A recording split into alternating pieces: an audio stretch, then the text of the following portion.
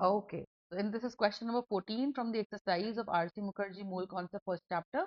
So this question says that is the number of molecules in 1 kg of H2 and 1 kg of O2 same? देखो 1 kg of H2 का मतलब हो गया, कह रहा है जी बताओ कि 1 kg of H2 और 1 kg of O2 में जो नंबर ऑफ मॉलिक्यूल्स हैं क्या वो सेम है? तो देखना पड़ेगा, देखते हैं भाई।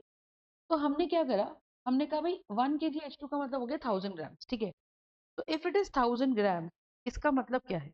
इसका मतलब ये है कि मैम नंबर ऑफ मोल्स की अगर बात की जाए, number of moles of H2 की अगर बात की जाए, तो this is going to be given mass by molar mass. तो H2 का मोलर मास कितना है मुझे बताओ, 1 टाइम्स 2, तो मोलर मास आ गया 2 ग्राम पर मोल, सही है। तो H2 का मोलर मास बिकम्स व्हाट, 2 ग्राम पर मोल, ठीक है।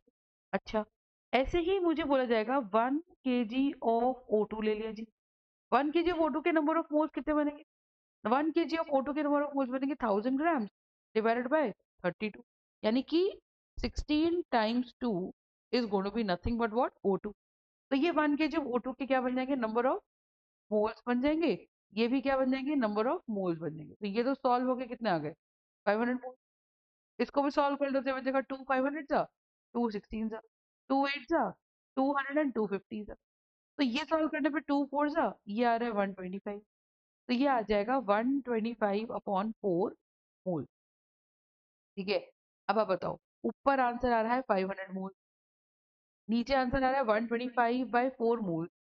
तो नंबर ऑफ मॉलिक्यूल सेम कैसे हुए, ऊपर बनेगा 500 इंटू 6.022 इंटू 10 की पावर 23। क्यों बनेगा? क्योंकि हमें पता है कि 1 मोल अगर किसी भी चीज की कोई वैल्यू है, तो 1 मोल किसी भी चीज का कंटेन 6.022 इंटू 10 की पावर 23, है ना। तो 1 मोल के अंदर 6.022 इंटू 10 की पावर 23 पार्टिकल्स होते हैं। तो 500 मोल्स में कितने होंगे, 500 इंटू 6.022 इंटू 10 की पावर 23।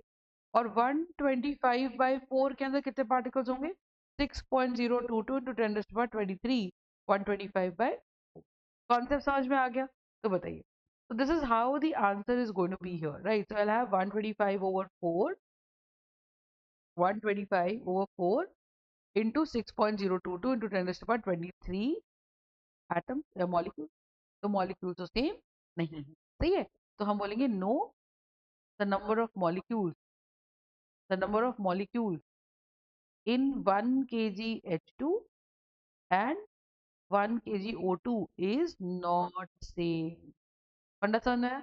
ये सेम कब होते, अगर ये ऐसे होता 1 लीटर H2 और 1 लीटर O2। अगर 1 लीटर O2 और 1 लीटर H2 होता, तो हम क्या बोलते थे, हम बोलते थे कि भाई 1 लीटर H2 और 1 लीटर अगर O2 होता, तो हम क्या बोलते थे, हमें बोलते थे 1 लीटर H2 है और 1 लीटर O2 है, तो दोनों के पार्टिकल सेम होते, तो दोनों के मॉलिक्यूल सेम होते, समझे।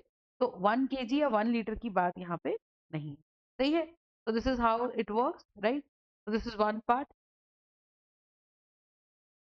नेक्स्ट देखते हैं। So this is it for the question. We'll move on to the next question, which is question number 15 of the exercise of R.C. Mukherjee. Thank you so much, guys.